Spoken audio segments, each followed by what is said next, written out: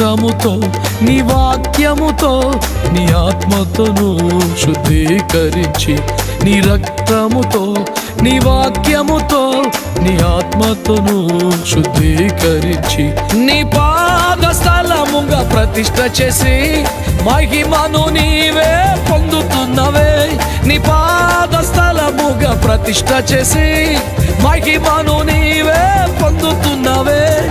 మహిమను నీవే పొందుతున్నవే. మహిమా